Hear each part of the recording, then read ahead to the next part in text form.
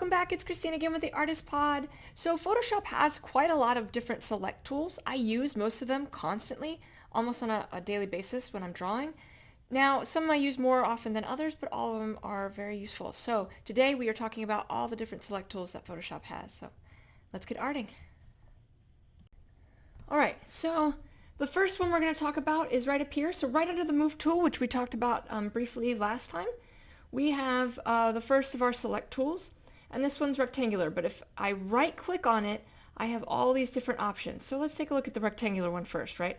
I can come in here, and if I left click and then drag down, I can change, I can have it come down into a bigger rectangle like this, or make it more of a square, all by dragging my mouse, right? I can change how big it is and the basic shape as long as it remains squarish. Now, if I'm doing this, and you can see I've already started a layer, we talked about all of that last time, and I wanted to use it, I would come up here to Edit and Fill, and I can change these to foreground, background, you know, all these different things, to white. We're going to do foreground, and we're going to hit OK, and that's what's going to happen. It's going to turn into this. Now, the next thing I'm going to do is I'm going to come up here to Select, and I'm going to go to Deselect, because now I have my basic shape. Again, if I ever wanted to go back because I didn't like that, I could come back up in my history, and you can see just by clicking that, the fill is now gone. And if I wanted to change color, let's say I didn't mean to do foreground color, I did it too quick, I can come back down here to Fill and do white instead, and tra-la. But I can also do stroke. So if I come up here to Edit, and I go to Stroke, so Stroke creates a line around the edge. I'm going to see what 50 pixels does, but you can change a lot of this. You can change whether it's in the inside, in the center, or the outside. Again, that 100% opacity, especially if you're planning on printing this out, is important. And then I'm going to hit OK, and you can see what it does here. It's on the outside of the selection, right, as opposed to the inside. But it just follows that edge. And so now I would just come up here to Deselect, and I have a box. But if I wanted to change that to inside, you can see the difference. By doing it inside, I maintain the square. On the outside, it had a little bit of clipping on that edge. So you can play around with that. The stroke feature is really nice. It is something I do sometimes use. But that's the rectangular one. So it also has the circular one. Again, very useful. I use that circular one when I'm doing eyes, when I'm adding that little bit of eye flare. I use this tool so that it's rounded, somewhat light shaped. And just like the rectangular one, you can change those shapes. I can make it a pretty extreme, almost line-like. I can make it ovular, more circular. You know, you can do all of that with these different select tools. And even though I've let go here, I can actually still manipulate where my selection is. I can't change the size of it, but I can change where it is. Now, I didn't mention this on the rectangular one, but if I hold down Shift, I can add to it. So if I wanted to make this like a big jolly snowman that's a little off-center as he's rolling away from us, I could fill this whole thing as the same color. Or I could do, we're going to fill white, and then I can do this as well, right? Like I can change that, have a couple of selections happening so that I can manipulate these separately, right? They're not connected. I added another layer. And so if I decide I didn't like this angle, I can easily shift it however I want. All right, so that's the circular tool. Just like with the rectangular one, though, you can do the stroke on it as well. So you can have a sort of a line, a circular line, instead of it all the way filled in. This one, which is the very top of the next one down, so this is the third line down, we have another set of tools. This is the lasso tool. It is one of my favorites. So with the lasso tool, I would use my stylus to draw. And I could, for instance, if I wanted to make an egg, right? Like we have a very bad yolk of an egg. If I hit Shift, I can adjust that, right? Like I can bring it in and add more to it. More than I just did. And now we're going to fill that with white. And then I can come up here and use the circular tool, and I'm going to click off. And the reason I'm doing that is I'm deselecting it. And bring that in here. And if I want to change colors, I'm just coming down to here, and I have my whole color swatch open. So we're going to make that a nice yellow for an egg. We're going to do the same thing. We're going to change the fill color to foreground color and hit OK.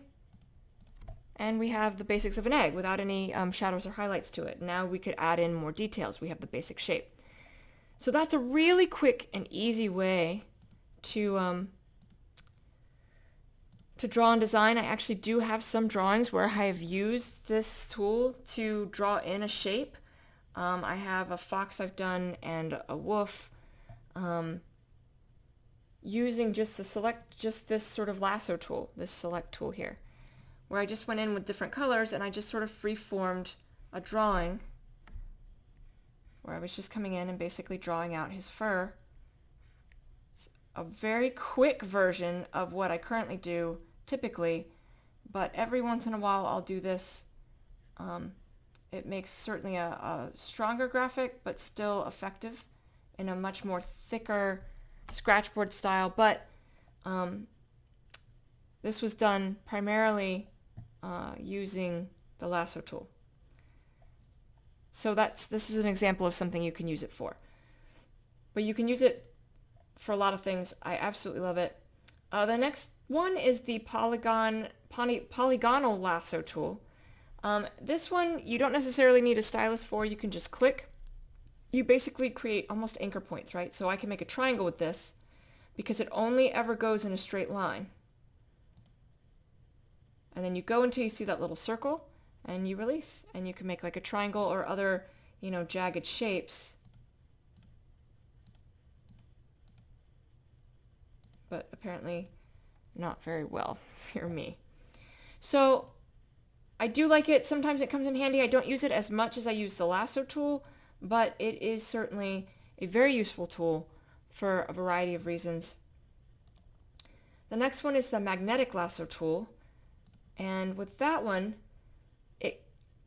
it kind of snaps to an image. So it's a way to draw without using the lasso tool, but it kind of keeps to it. It creates all these different anchor points. And you can see as I go, there's these little dots forming. Those are all anchor points because it's following the edge of the color contrast of the flamingo to the nothing. And you can see even when I deviate,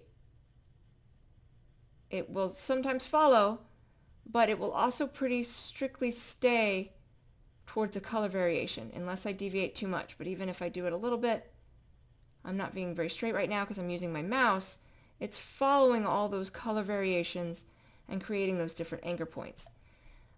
If I double click, it's the same if I do with any of these. It'll stop where I am and create a straight line almost back to the origination point. So that's the magnetic tool. It's useful for, if you want to try and select something and preserve the shape of it. But it can be hard to use, if we're trying to follow this edge of like a tree in a photograph, kind of, but you can see once there's other tones added in, it starts getting jumbled. It has trouble reading some of that. And you can fix some of that with these up here. But it's gonna struggle more, in my opinion, than like the lasso tool, which I love because I can freeform draw that. Then we have the quick selection tool and the magic wand tool. So the quick selection tool, all I'm doing is I'm dragging, and you can see it's selecting a whole bunch of things that are roughly in that same contrast. If I hit shift and go the other way, it'll keep going. It's roughly a quick way of selecting something, but if you need to be precise, it's not necessarily the best tool for that, but it can help if you're trying to select something quickly. Maybe if I'm trying to do this, like I can try and drag. See, it kind of surrounded the whole thing with almost one click. Now the other one is similar. That's the magic wand tool, and it's going to do something very, very similar to that. it basically selects within a tonal range, and then if I want to select more, I shift and single click. I don't need to do any dragging. This is just clicking directly. And I can add whatever I want to it, but anytime there's a change in the color, you can see it happening throughout here, it won't select it without you clicking more. Now, another useful thing that you can do, I know I mentioned coming up to select and hitting deselect when you're done, but you can also do something called inverse. And what inverse does is it just flips it. So let's say I didn't want all of the penguin, right? I'm going to flip it, and I'm going to hit backspace and delete out the opposite of what I'd selected. So, you know, if we're here, let's say, and I've selected the things I want to keep. So let's select just a few things here.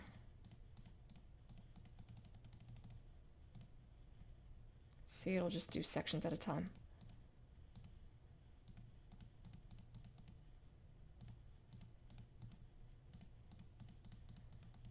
Should be an interesting effect when we're done. And just like the other, you can change how sensitive it is by its tolerance point up here. If you lower the tolerance, it's less sensitive. If you increase the tolerance, it's more sensitive to including different tones within the selection. So if I wanted it to include less because I need it to be more precise, I would lower that tolerance. And if I wanted it to select more because it doesn't, you know, I didn't need to be as precise, I'd clean it up. All right. Now I'm going to unlock that layer, and we are going to select inverse, so we're reversing our layer selection and we're deleting that out. And then if I come back up here to select, deselect, this is what that's done. Now, part of my issue with this tool is it makes a very jagged line. And so it can be hard to use, especially in a drawing context, without finding another way to feather that out. But, you know, it can be useful. You can create cool effects, as you can kind of see here. Like there's enough here to do something interesting that, and sort of play around with it and use it in different ways.